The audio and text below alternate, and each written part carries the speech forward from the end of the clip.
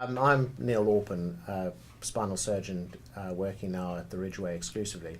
And my main interest is spinal surgery, but more focused on those minimally invasive options in spinal surgery, which are more modern techniques to which people have traditionally used.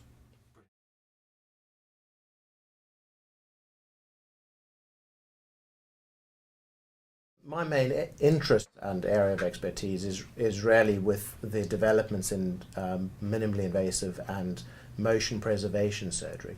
So these include some of these newer techniques of disc replacements in the spine, and also less invasive techniques of performing traditional operations, which are often fusions of the spine. And although we've been doing these for some years, over the last few years we've been able to improve these techniques, perform them through much smaller incisions, but it still achieve very good and sometimes better results through newer innovations than we were getting before.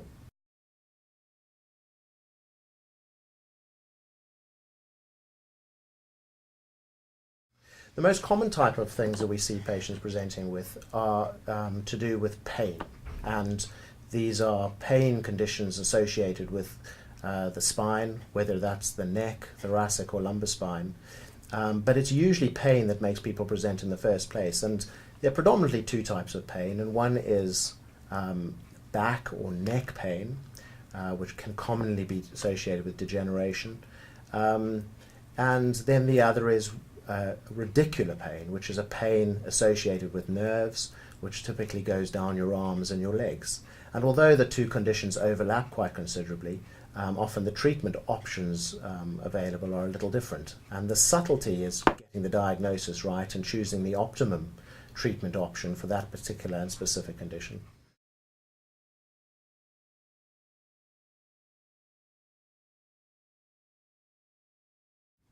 Well, generally, our most favourite approach is to avoid surgery, and it is the first stance I'll take with people.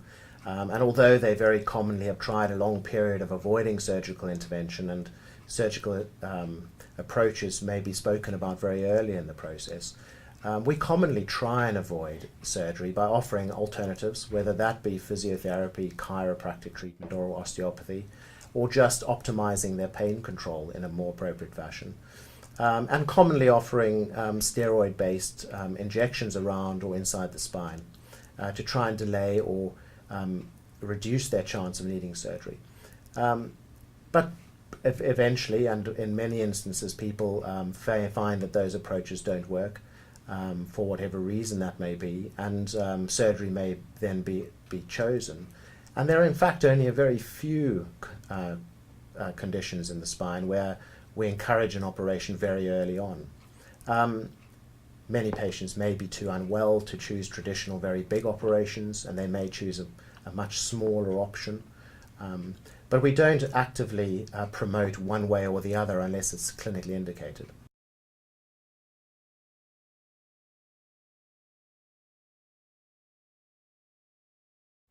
Patients very often present at various stages of their pain starting, and there isn't an absolute time when they should seek intervention or consultation with a spinal surgeon. But very often the two main instances that they present to us are when pain is so severe they can't work, they can't perform those activities which are important to them. And those very simple techniques that are available to general practitioners, such as using analgesia or anti-inflammatories, are just not enough. And they may present quite early for a rapid intervention to try and reduce the pain quite quickly and get them back to functioning quite normally. A much larger proportion of people present to us a little later once they've tried interventions for quite some time, and although they may have a background of pain, it might not be quite severe enough to completely disable them. And when interventions are just not working, such as conservative physiotherapy and analgesia, I do suggest to patients they seek at least a consultation to be clear about what's causing their symptoms, and at that point have a discussion about what options are available. They're not always surgical, and sometimes people just want a clarification as to what the natural progression of their condition may be, which can be very helpful. But I think now we have the tools and the available radiological interventions to to make a diagnosis early and explain to people what is going on with their backs and necks. I think people value that opinion quite early on in the process, and I think in the age that we're living now, that's very helpful.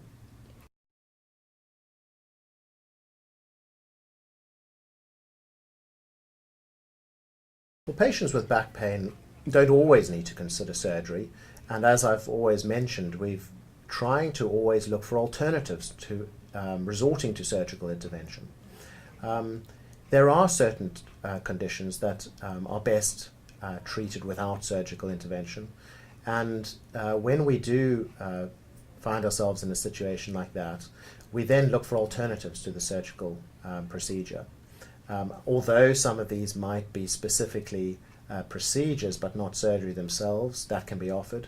But very often it's optimizing patients' expectations, making sure they cope and manage their pain better, and very often modify their activities so that their pain becomes manageable and not as disrupting.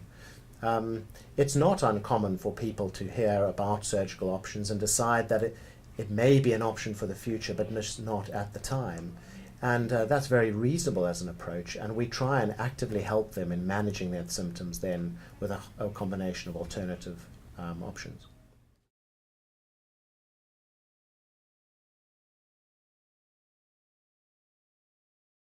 Well, when we're seeing patients, one of the earliest things to establish rarely is what they are hoping to achieve with surgical intervention.